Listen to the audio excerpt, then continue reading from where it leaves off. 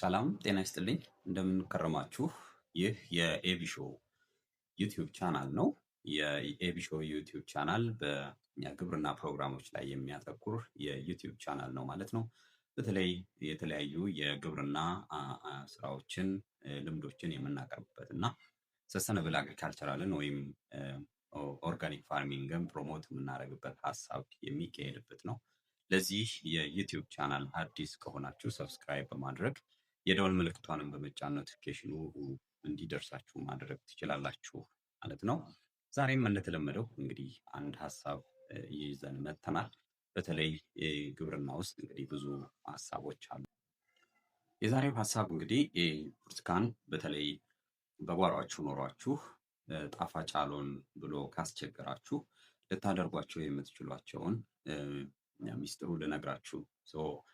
በተለይ በጓሯችሁ ብርቱካን ኖሯችሁ ጣፋጭ አልሆን ብሎ ተቸግራችሁ ከሆነ የተለያዩ ሀሳቦች አሉና እነኛን ሀሳቦች ተግባራዊ ብታደርጉ ችግሩን ልትፈቱለት ትችላላችሁ፣ የብርቱካኑን ማለት ነው። ስለዚህ ሚስጥራቶቹን ልንገራችሁ። እጅግ በጣም በሚገርም ሁኔታ ኦርጋኒክ የሆነ ብርቱካን በጓሯችሁ ኖሯችሁ ምርቱ ጣፋጭ አልሆን ካለ እነኚህ ነገሮች በማድረግ እንዲጣፍጥ ማድረግ ይቻላል። አንደኛው በተለይ ሙሉ ፀሐይ እንዲያገኝ ማድረግ ይኖርባቸዋል። ተከላችሁት ችግኝ ቅጠል በዝቶበት የናይትሮጅን መጠኑ ከፍተኛ ሆኖ ሰን ወይም ፀሐይ በደንብ እንዲያገኝ ማድረግ ይጠበቅባቸዋል። ይህም እንግዲህ ከ6 እስከ 8 ሰዓት ሊሆን የሚችል የፀሐይ መጠን በቀን ውስጥ ማግኘት ይኖርበታል። አናሳ ፀሐይ ያለው ካል አናሳ የሹገር መጠን ወይም የጣፋጭ መጠን ወይም የስኳር መጠን ብርቱካኑ እንዳይኖረው ያደርገዋል ማለት ነው። ስለዚህ ያ ከፍተኛ ጣፋጭ እንዲሆን ለፀሐይ ጥላ የጋረደው ጥላ ካለ ያንን ማስወገድ፣ የተለያዩ ዛፎች ከልለውት ከሆነ ብርሃን እንዳያገኝ ፀሐይ እንዳያገኝ ያድርገውት ከሆነ እሱን በማስወገድ ክራውድድ ወይም ደግሞ ጥቅጥቅ ያለም ቅርንጫፍ ካለው እሱን በማስወገድ ፀሐይ በደንብ እንዲያገኝ ማድረግ ይቻላል ማለት ነው። ሌላኛው ሚስጥር፣ ሁለተኛው ሚስጥር አስፈላጊውን የሆነ ውሃ፣ ትክክለኛ የሆነ ውሃ ልንሰጠው ይገባል። ብርቱካን እንግዲህ ብርቱካን ከተከልን በኋላ ፍሬ መጠበቅ ሳይሆን መንከባከብ ያስፈልጋል ማለት ነው። ስለዚህ አስተካክለን ውሃ እንዲበዛበትም እንዲያንስበትም አይደለም የሚፈለገው። ስለዚህ ጠብቀን በአግባቡ ቢያንስ በሳምንት አንድ ቀን ዲፕሊ በደንብ አድርገን ልናጠጣው ይገባል ማለት ነው። ያንን ማናደርግ ከሆነ ውሃ በውስጡ ሳይኖር ይቀርና ቆምጣጣ እንዲሆን ያደርገዋል ብርቱካኑን ማለት ነው። ስለዚህ ይሄ ማድረግ ይኖርብናል። ሃርቨስትን በምናደርግበት ሰዓት ደርሶ ለምሳሌ ውሃ በምናጠጣበት ሰዓት ቢያንስ ከ2 እስከ 3 ሳምንት ውሃ ልንከለክለው ይገባል ማለት ነው። ችግኙ ወይም ዛም ፍሬው በደንብ አፍርቶ ምርታማ በሆነ ሰዓት፣ ምርት በያዘ ሰዓት ከ2 እስከ 3 ሳምንት ውሃ ልንከለክለው ይገባል። ይህም እንግዲህ የሹገር ኮንሰንትሬሽኑን እንዲጨምር ያደርገዋል። ውሃ በአግባቡ ማጠጣት፣ ውሃ በትክክለኛ በኮሬክት ወይም በትክክለኛ መንገድ ማጠጣት የስኳር ኮንሰንትሬሽኑን በዛ ውስጥ ያለውን የስኳር መጠን እንዲያስተካክል እንዲጨምር ስለሚያደርገው ውሃ ወሳኝ ነው ማለት ነው። ሶስተኛው ሚስጥር የፖታሽየም አስፈላጊነት ነው። ፖታሽየም ለተክሉ ኪ ነው፣ ወሳኝ ነገር በተለይ ማለት ነው። ስለዚህ ጣፋጭ እንዲሆን የምንፈልግ ከሆነ ፖታሽየም ልንሰጠው ይገባል። ናይትሮጅን ልናበዛበት ሳይሆን የሚገባው። ናይትሮጅን ከበዛበት ቅጠሉ ይበዛል፣ አረንጓዴ ነው የሚሆነው፣ ግን ፍሬ አይሰጥም ማለት ነው። ጣፋጭም አይሆንም ማለት ነው። ስለዚህ ያ ፖታሽየም ያስፈልገዋል። ፖታሽየም ልንሰጠው ይገባል ማለት ነው። ፖታሽየም ብዙ ጊዜ የምንሰጠው እንግዲህ ኦርጋኒኩን ነው ፕሮሞት ማድረገው ብያችኋለሁ።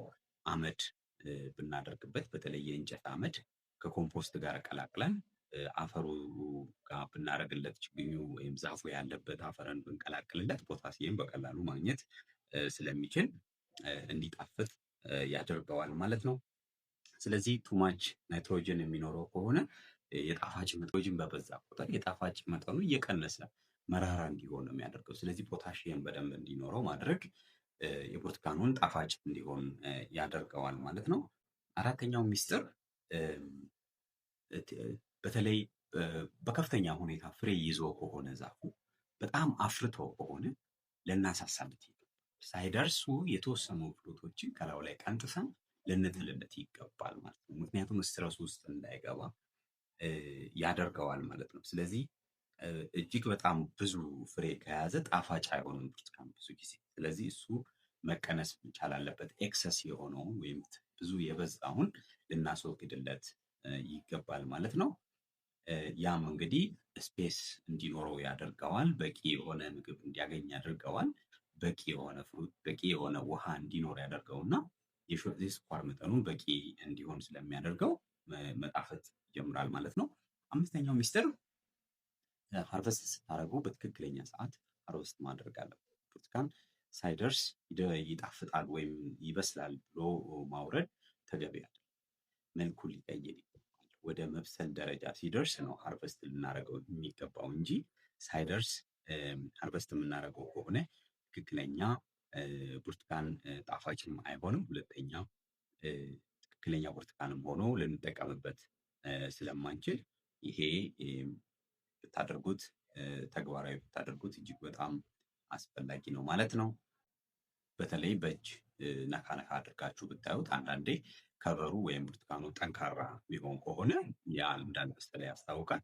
ሶፍት መሆን አለበት ወይም መላላት መቻል አለበት ማለት ነው። ስለዚህ እሱን በደንብ መመልከት ያስፈልጋል። እንግዲህ እንደ ቦነስ ፔስት ኮንትሮል ማድረግ አለባችሁ። በመጨረሻ የምነግራችሁ ነገር ማለት ነው። ፔስቱን ወይም በሽታ አጥቅቶታል አላጠቃውም የሚለውን በደንብ አድርጋችሁ ማየት ያስፈልጋል ማለት ነው። እንደ ማጠቃለያ ብርቱካን እንግዲህ ምን ያስፈልገዋል ብለናል?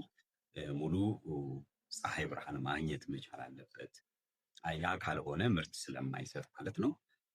ውሃ በአግባቡ ልናጠጣው ይገባል። ፖታሺየም ልንሰጠው ይገባል።